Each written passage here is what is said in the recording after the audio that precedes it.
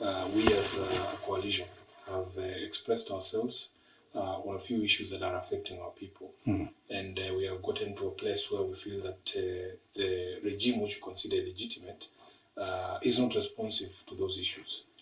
So that we have to avail ourselves of other means of being heard. And we have made it clear that we are going to do everything within the law. We have a right to assemble, we have a right to protest, we have a right to picket, we have a right to present petitions.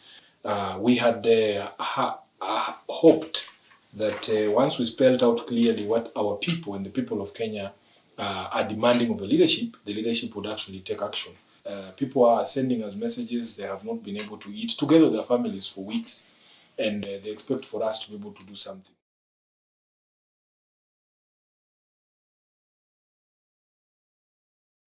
I think, first of all, as the leadership of the opposition, we must protest the mischaracterization of political action by the opposition.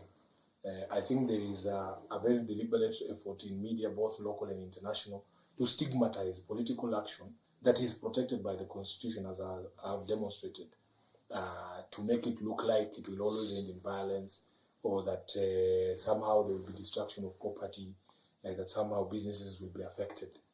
My brother, the last time we had serious political action on the level of the 20th, we were swearing in Raila Odinga as the people's president at Uhuru Park in the middle of Nairobi. And after that event, every person who attended, including myself, went home without harming anyone, without touching anybody's business, without any sort of violence happening. We want people to have the confidence that we know what we're doing. And these rights, the way that you give life to your rights, is to exercise those rights.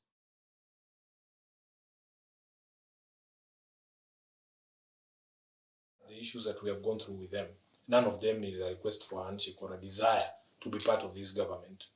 We have set out 3 issues, and in fact, I have postulated that it is very simple to stem whatever political action is coming from 20th, if indeed the regime wanted to, by just taking care of those 3 issues.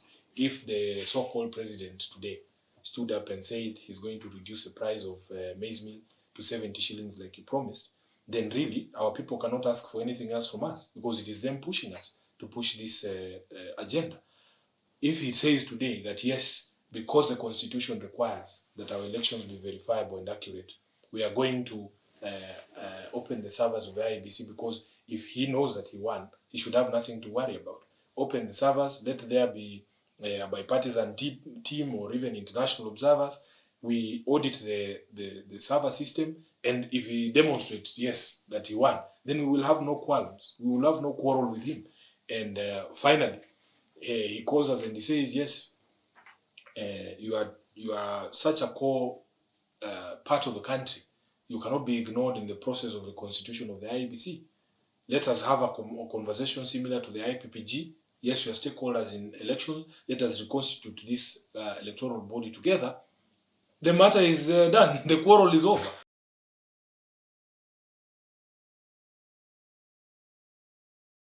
This question of the handshake is misunderstood, because Kenyans are yet to wrap around their minds,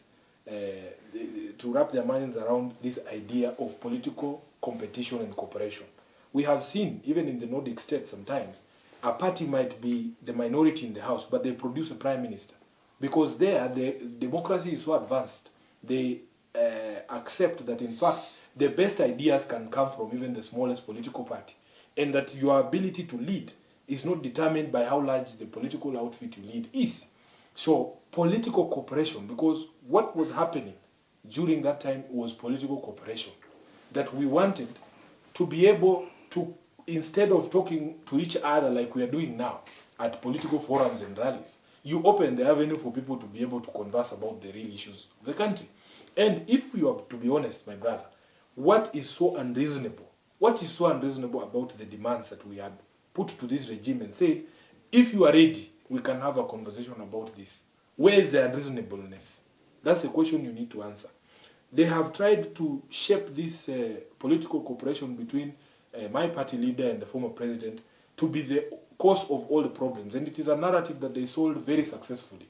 They have made Kenyans forget that, in fact, William Ruto was so much a part of this regime, and it didn't start in 2018.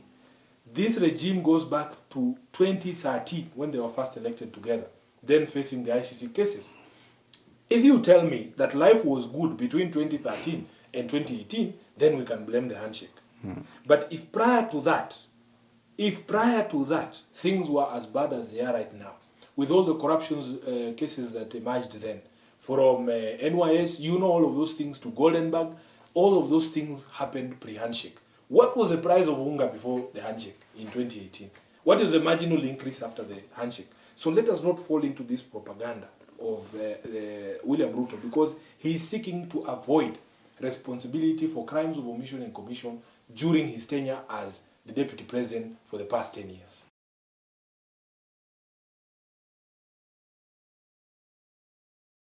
I think there will be no end to the protests. We will protest and protest and protest until our voices are heard.